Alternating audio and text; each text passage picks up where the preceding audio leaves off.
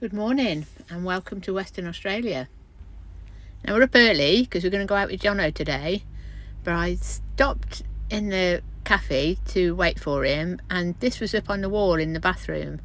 Thought it was quite interesting and quite helpful and a good idea, seeing as we spend so much time on our own doing this job.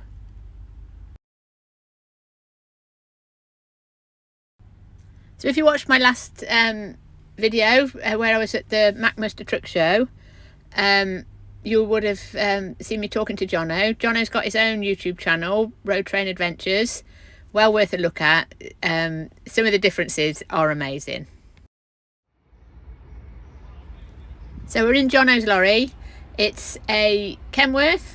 Looks kind of a bit old-fashioned to us. It's got the round clocks and all that sort of thing, and it's got the Eaton Fuller twin split gearbox.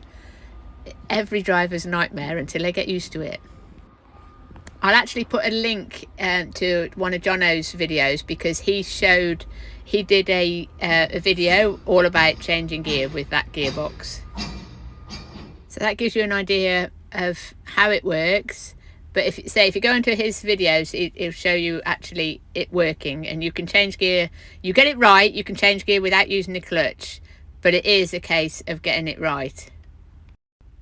I have driven one many years ago, and I must admit I'm sure I would need the practice if I got back into it again. It's the smoothest thing ever when you get it right.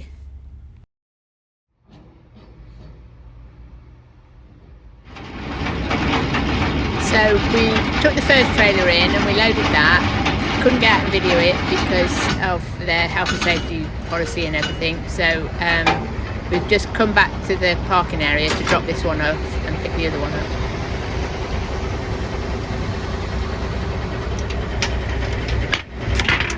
Simple as that. So yours are different to ours. Are yours still on taps? On what? You have taps for your air. Well, I have taps here, but that's only to supply air to the back of the truck if I want to tow a dolly around or something, so I turn these taps off. But otherwise the taps are in the truck in the front, which I'll show you now. Right, okay.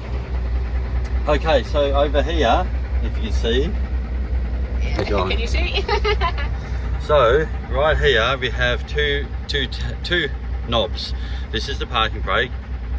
So that applies the parking brake, and this one here supplies air to the trailer. So if I pull that out now and then release the handbrake, no air is being sent to the trailer. So that's how we turn them on and off, and it's a lot easier that way. Oh right, okay. So you do all that before you get out. Right. You've. Oh no, I don't even need to do that until I go to go. Right, okay.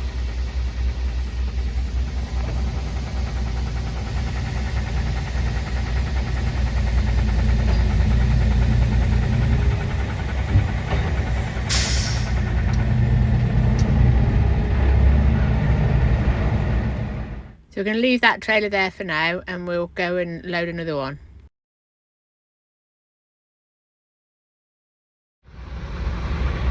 This area is very busy. It's on the side of the industrial area. It's where the road trains and the B doubles come to drop one of their trailers, and then they can go out to the industrial estate and load.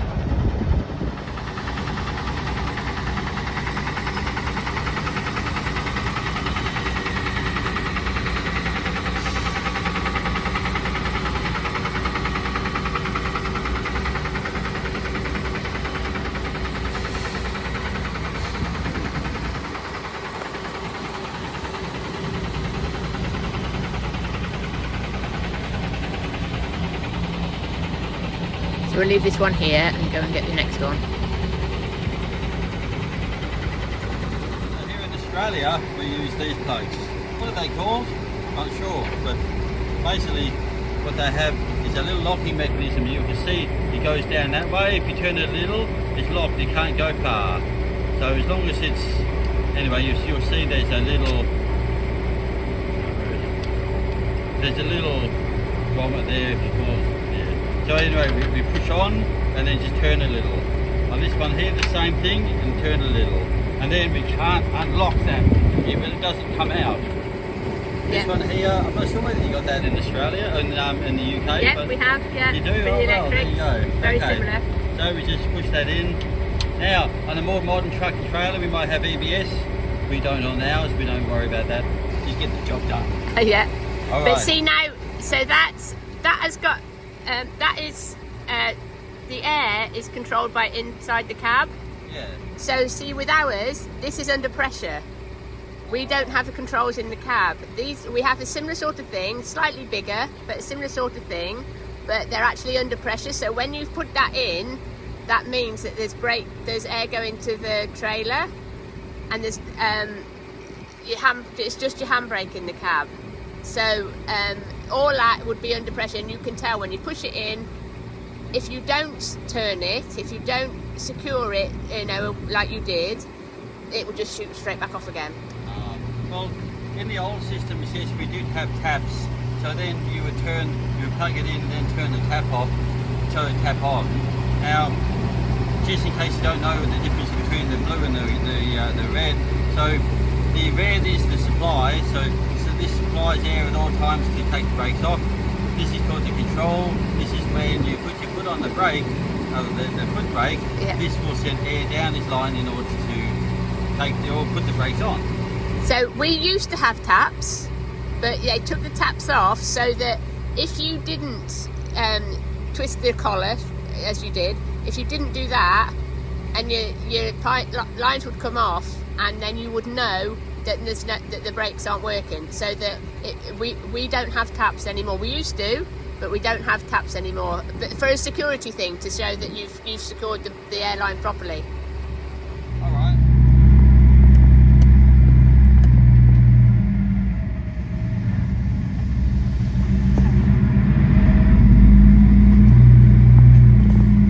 And yes, there was more than one comment made about the car parked right opposite the entrance.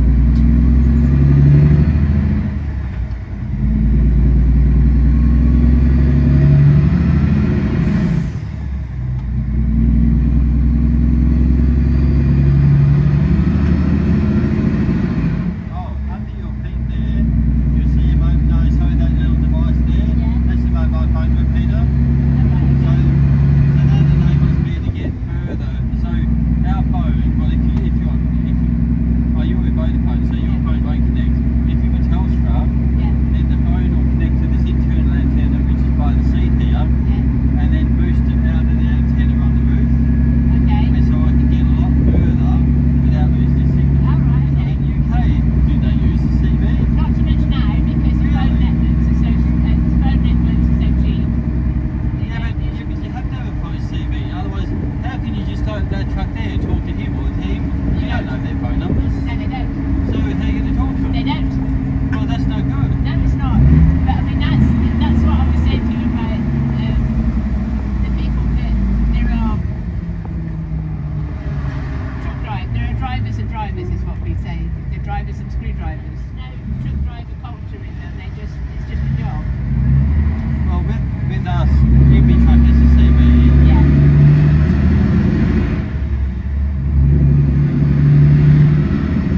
But so there's my CVs, but this is the one I use. This one here picks up the cops as well, so as I drive around Queensland I can listen to the police, Yeah. which is really interesting. I haven't found much interesting stuff, but on the occasion.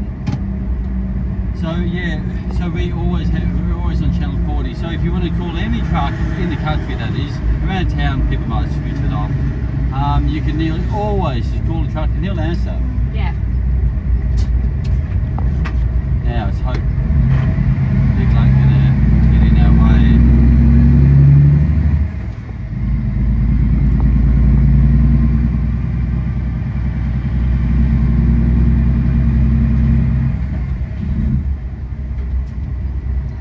Now, oh good, that trailer's gone, so I should be able to go straight onto it easily.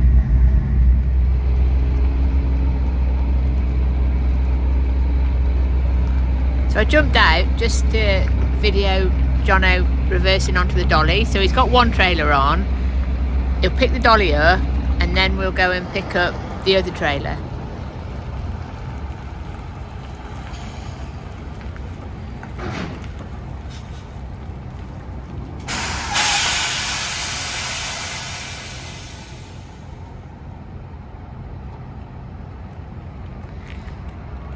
So when you're coming backwards, what are you lining it up with? This?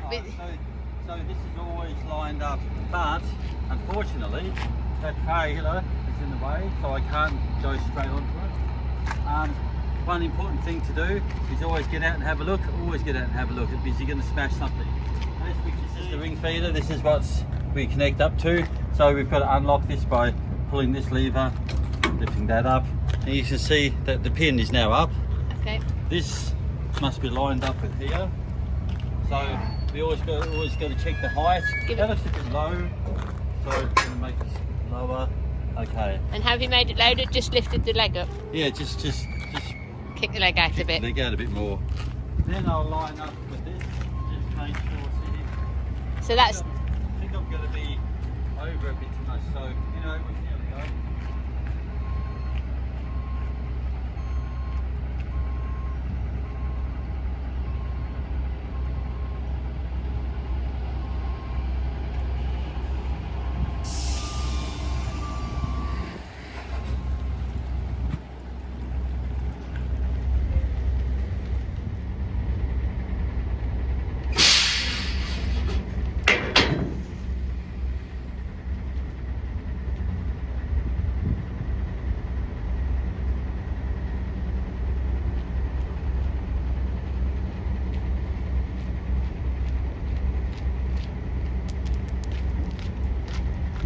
Okay, so that's come down.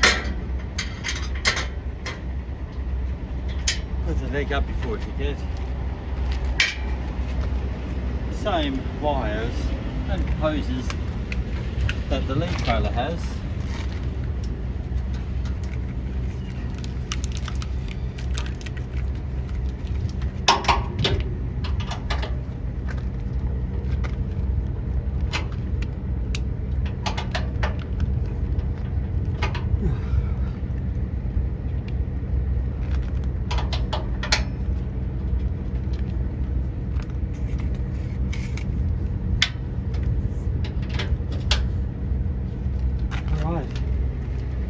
As soon as I turn this cap on, it'll roll a bit, but I'll get this down, and that's it.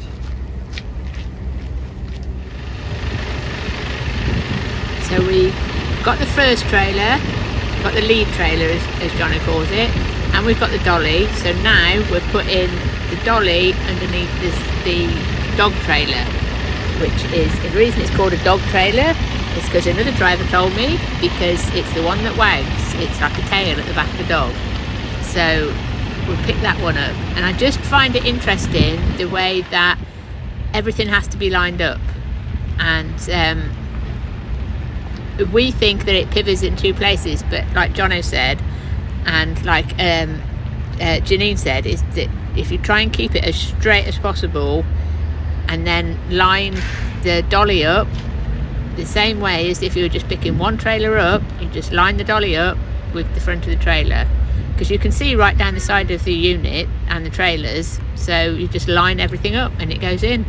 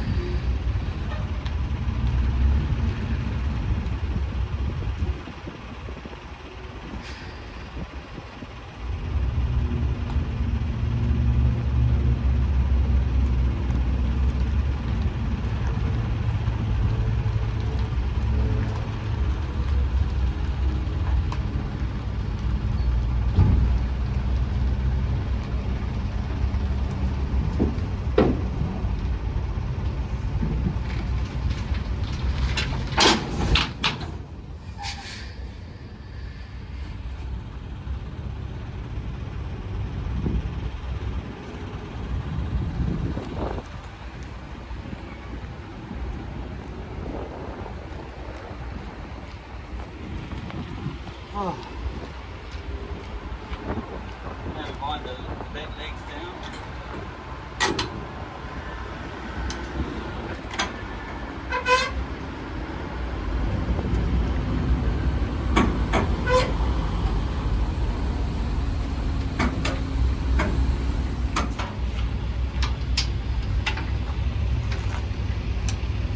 And so these lines are now connected to the back of the other trailer through the dolly. Yeah, so every line is exactly the same. It starts from the truck, works its way all the way through to the second trailer. And some people might say, but don't you need lots and lots of air tanks to build all that air? Or what about the lighting? No, whether it be one trailer or multiple trailers, we can have 3 or 4 trailers, just the same air system, same lighting. And it keeps pressure all the way to the back brakes. Yeah, so come to the back. Oh, actually, I'll just get the lights first.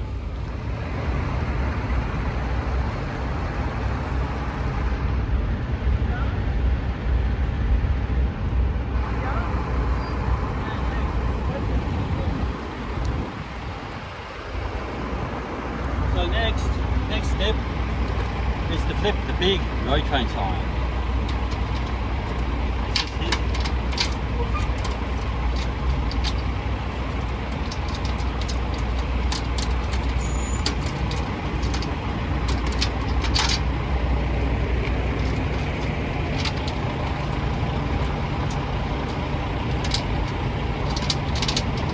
Alright, let's go to the front.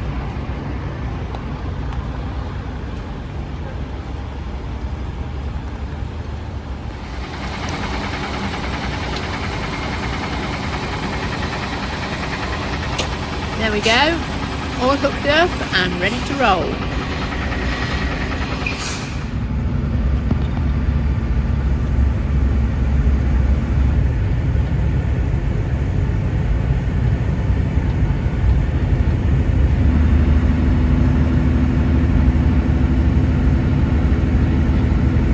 So now we're going to be going up the hill.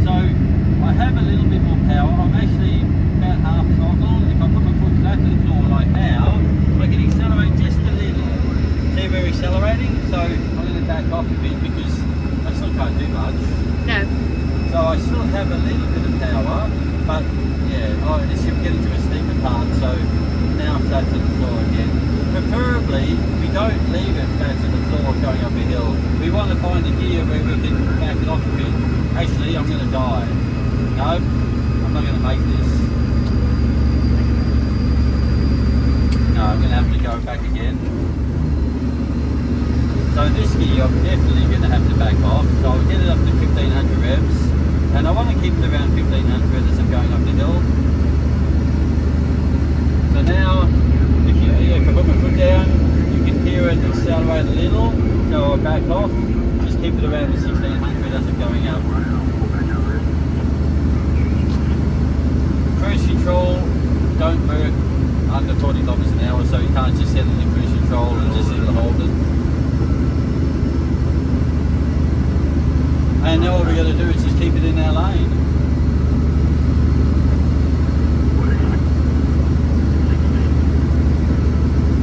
So behind us, we're getting higher. In my mirror, you can see the city. You probably can't see from there, but you can see the buildings in the city. No, I can't see it now. I've turned. If you just got it before, you can see the city. The big smoke.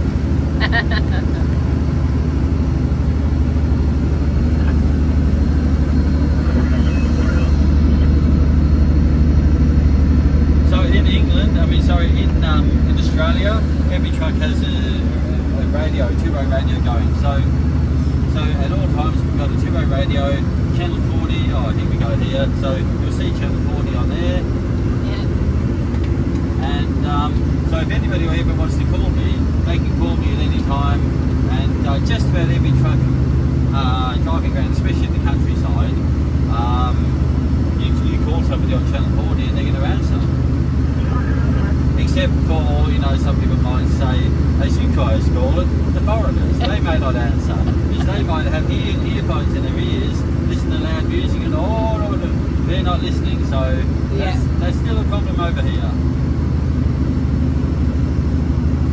Now up ahead, as you see, this truck coming down the hill there, that's that truck there is going to be probably, he might be running mass, so he might be 80 tonne. So he's going to be going down the hill slowly. Oh, here comes ABC. Look at this road train passing through me, past me. Now, he's going to be empty, surely. There's no chance he'll be going uploaded like that.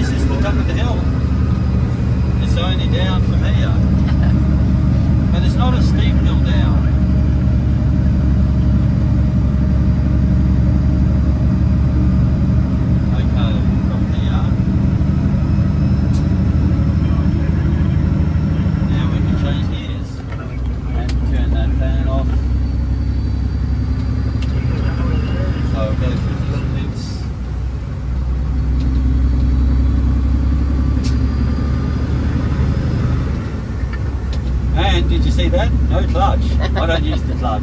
There is no need to use the clutch. It's just change the gears at the right revs, and you will never grind it up and down gears. And for the people who say, oh yeah, but don't you damage the gearbox? No, I've been doing this for years. I've had this truck for years, and I haven't gone through any gearboxes. I've gone through one clutch only, but that's normal because clutches, you know, they only last so long anyway.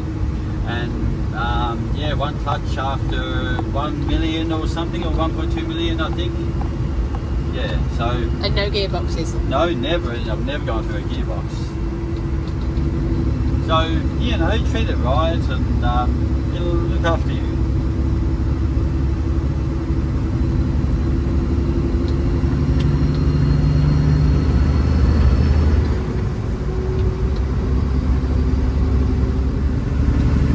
Are you getting too cold or anything there? No, I'm fine, thank you. Silly thing to say when I'm from the UK. Are you too cold? No, it's not snowing, it's not too cold.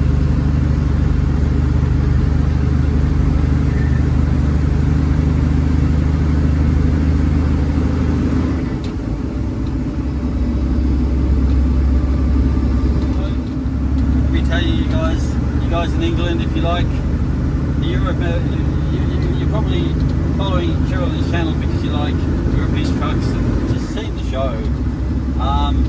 As I've said, I don't like automatic. In fact, I hate automatic. Automatic is the worst to me.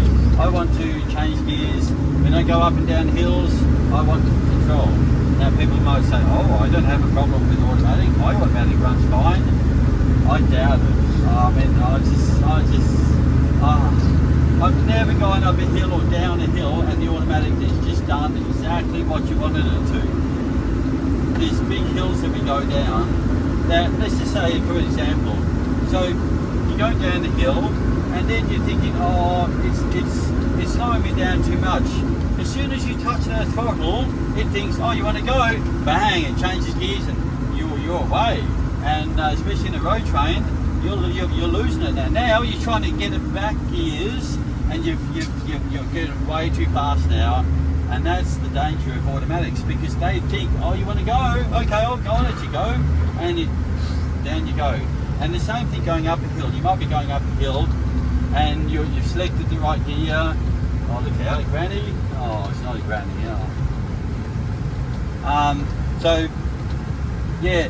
You're going to be going up a hill and you're in the right gear, and then it thinks, no, I'm going to save fuel. I'm going to change down the gear or up the gear, depending on how you want to say it. And so now you've changed the gear, and every time you change the gear going up a hill, especially in a road train, you lose 5 kilometres an hour.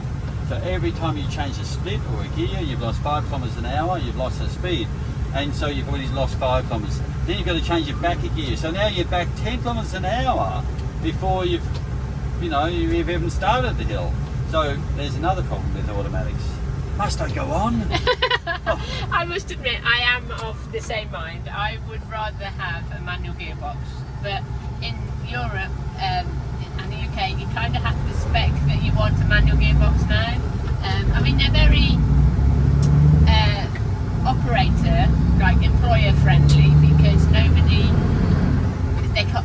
can keep a track of everything, and nobody can kill the gearbox, is what they say. You don't have to learn how to do it.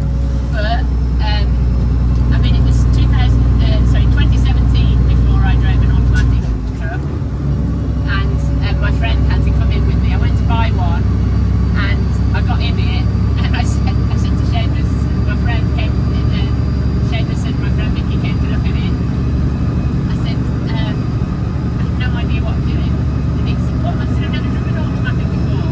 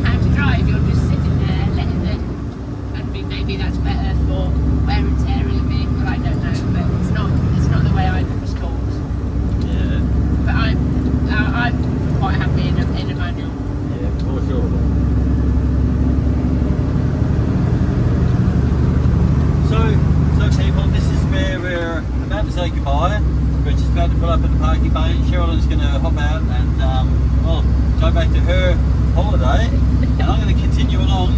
So this load is for a place called Olympic Dam, which is north of, north of Port Augusta. So if you know Australia, you know you got Adelaide, then you keep going into Adelaide, sorry, north of Adelaide, then you got Port Augusta. Keep going north of Port Augusta as though you're going towards Darwin, Coopedy, Alice Springs, and that's where this load's going. So, how far is that from where you picked it up?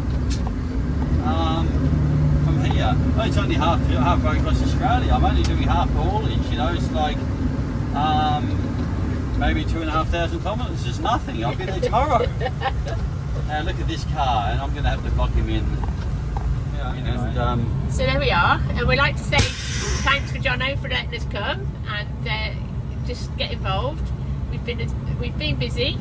Some of it we couldn't video because of obviously rules and regulations, as you do. Not so many over here, but there is, and companies don't like us videoing their own places, which is fine. We can accept that. So we'd like to say thanks to Jonno for letting us come along, and we'll go back to our holiday while you keep the wheel turning. Well, it's been great to share my experiences and let you have a bit of a ride. It's just a pity you didn't get to drive. I don't know. It's just one of those things. So many things to do and so little time. Yeah. It gives me an excuse to come back again. Well, definitely, yeah. Well, you've got a sister who lives here, so. Yeah, thanks very much. All right. Well, we'll go around the other side, you can see the front.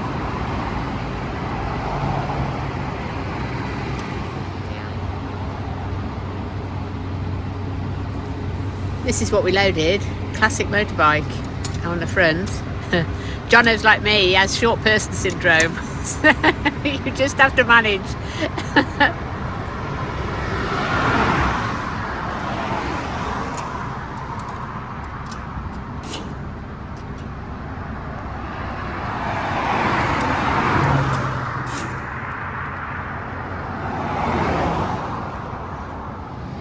So how big are these tanks that you've got on here?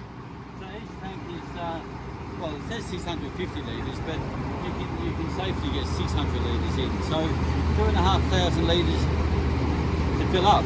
So you're looking at about $4,000 Australian, that is, to fill this tank. So we have a massive problem in Europe with diesel ferries, they call them. It's the ferries that come in the middle of the night and steal your diesel. And not do they only just take the tops off, but if you put anti-siphon things in, they'll just drill holes in the side. And what they even do is they will slowly jack the lorry up and then put a spike at the bottom and then just let it all run out. And so if they can't get it, when they let the jack down, it just goes everywhere. So what they don't take. Well, have a look at this. Come here. If you wanted to steal some diesel, look at this. Yeah. That's it. Exactly. No security needed here. No. So now, of course, most trucks have a key lock in it. These don't. Maybe it's just the big trucks. I don't know. But I know Volvos and Scanias, they all have the key. But we don't bother locking them now because all they do is break them off. Yeah, and it's like the anti-siphon thing. If you put an anti-siphon in it, then they'll drill a hole in the side. And if you've got a fridge running, you can't hit them. And then that's all your diesel got. So that might be the profit of your whole week's work gone because you've lost your diesel. So this has only happened once that I know of. That I saw a video on Facebook that somebody said they were asleep and they woke up to hearing some noise on the side. So they've actually got out of his truck and he saw someone with a hose, and he siphoned the hose and he was siphoning just 50 litres for his car, but anyway, chasing him away and stuff like that. And yeah. So that does not happen much over here. No, it's a massive problem in Europe. Wow. Huge problem.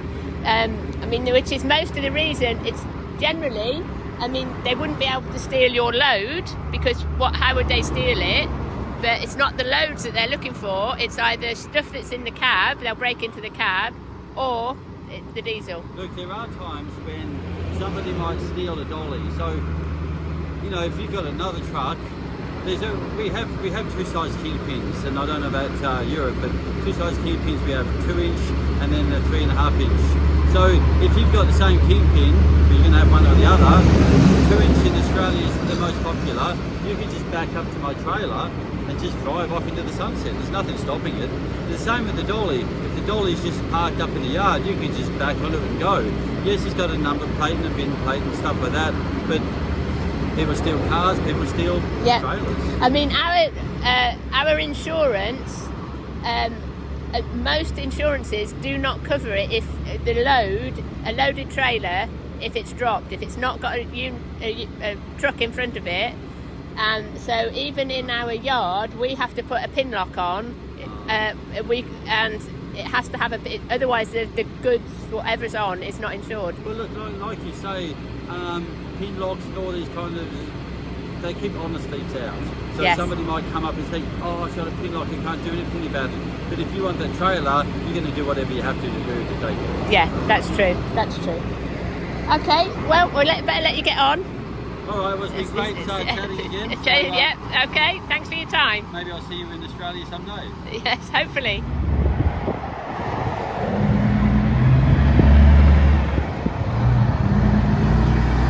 So I had a great day out. Really nice guy. Please check out his channel. You'll be amazed at some of the things he does, and some of the shots he does, absolutely brilliant.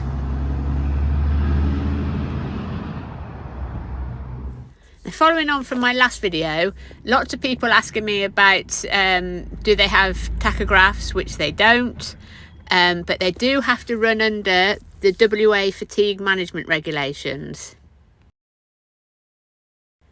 So I went with another driver and she lent me this driver handbook to read while I was with her. Really interesting. It sort of sets out all the regulations towards their driving hours. So they are on logbooks, which do get policed, but they obviously have a massive country, so they have to do more distances than we do. And in fact, one of Janine's friends actually said on the phone, if we only did 9 hours a day, we would never get anywhere. So I had a really great couple of days out with Jonno and out with Janine Sweet, and I'd like to thank both of them for taking me along, showing me what was what. I hope you enjoyed it. Please subscribe, ring the little bell, thumbs up, comment, all that carry on. I'm going to go back to my holiday now, so I shall catch you on the next one. Thanks again for coming along.